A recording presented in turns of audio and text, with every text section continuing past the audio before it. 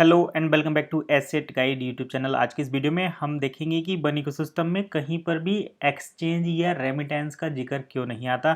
क्योंकि पहले जब आप देखते थे एक गोल सर्किल रहता था, वहाँ पर हमें वन एकेडमी, डील सेकर फ्रेंचाइजी, डील सेकर मर्चेंट, उसके साथ साथ एक्सचेंज, रेमिटेंस, फॉरेक्स, ये सारे ऑप्शन देखने को मिलते थे।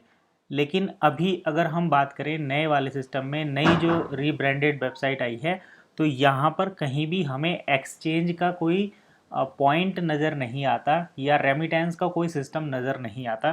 कहीं पर भी यहाँ एक्सचेंज का कोई जिक्र नहीं है, रेमिटेंस का कोई जिक्र नहीं है। तो रेमिटेंस क्या होता है? जब हम क्रॉस बॉर्डर ट्रांजेक्शन करते हैं एक कंट्री से दूसरे कंट्री में, तो पेमेंट को जिस मेथड से ट्रांसफ़र किया जाता है, जैसे अभी करंटली हम यूएस डॉलर का इस्तेमाल करते हैं, तो US dollar is used as global remittance.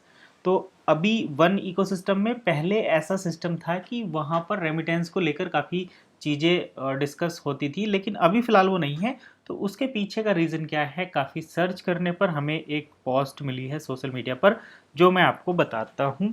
यहाँ पर देखिए, हालांकि ये इन्फॉर्मेशन कितनी सही है कितनी गलत, उसका हम यहाँ पर कोई डिस्कशन नहीं कर रहे। आप ये चेक कर सकते हैं। पॉलीगन ओईएस जलाटको बेंसेसिस के अकाउंट से पब्लिश हुई है। 2 दिन पहले ये न्यूज़ पब्लिश हुई है। इन्फॉर्मेशन यहाँ पर फेक या ट्रू जो भी है वो हो सकती है, उसका हम डिस्कशन नहीं कर रहे। लेकिन हमारा पॉइंट यहाँ से निकल कर आता है कि वन इकोसिस्टम में एक्सचेंज या रेमिटेंस का जिक्र क्यों नहीं है। तो देखिए, however as you all know, unfortunately one coin got into legal trouble with United State. तो ये बात तो ठीक है, वन कॉइन को यूनाइटेड स्टेट में लीगल ट्रबल मिली है। और इसका जो मेन चैलेंज था वो Security and Exchange Commission SEC, which led us to make a difficult but necessary decision to abandon this road and embark on a new adventure. तो one ecosystem को जो सिक्योरिटी एंड एक्सचेंज बोर्ड की तरफ से एक licence मिल रहा था United State में, वो कम्प्लीटली बंद हो गया है। और यही रीज़न है कि वन इकोसिस्टम में एक्सचेंज का अब कोई भी सिस्टम नहीं आएगा। और इसको ही रीब्रांड करके एक नया सिस्टम बनाया गया है ओईएस, जिसको आप पॉलीगन ब्लॉकचेन वाला बेस्ड कॉइन कह सकते हैं। और ये इसीलिए लिया गया है क्योंकि यूनाइटेड स्टेट में वन कॉइन को लीगल ट्रबल मिला है। Legal travel in United state, ये तो सभी जानते हैं। यहाँ पर ये तो कोई फेक न्यूज़ नहीं है कि यूनाइटेड स्टेट से वन कॉइन को एक लीगल चैलेंज मिला था।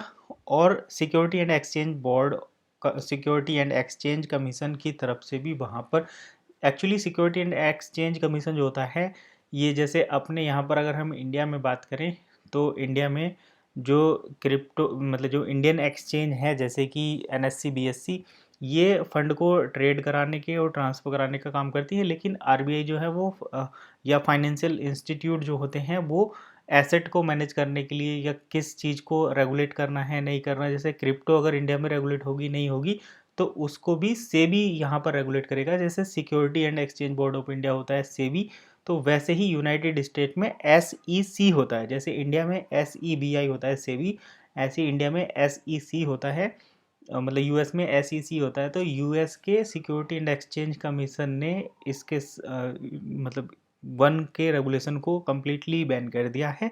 तभी वन कॉइन को रीब्रांड करा गया है ओईएस में। और ये बात तो बिल्कुल तय है कि अब वहाँ पर मतलब इसको जो है एक्सचेंज में नहीं लाया जाएगा या फिर ग्लोबल रेमिटेंस के तौर पर यूज़ नहीं किया जाएगा।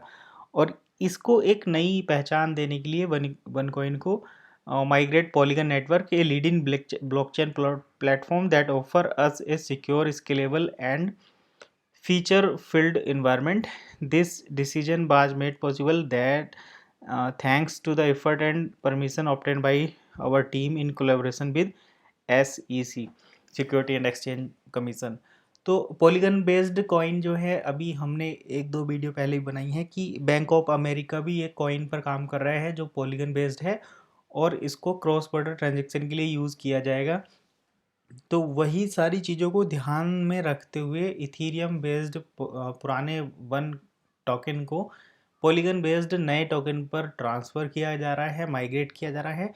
अब आने वाले टाइम में देखते हैं कि क्या ये लीगल चैलेंजेस जो हैं, जो कि SEC यानी सिक्योरिटी एंड एक्सचेंज कमीशन के अकॉर्डिंग फुलफिल होने के बाद इसको लीगल टेंडर या फिर रेमिटेंस का दर्जा मिलता है। अगर मिलेगा तो फिर वन कॉइन को एक्सचेंज किया जाएगा, वन टोकन को एक्सचेंज किया जाएगा। OES को आप रेमिटेंस के तौर पर भी यूज़ कर पाएंगे।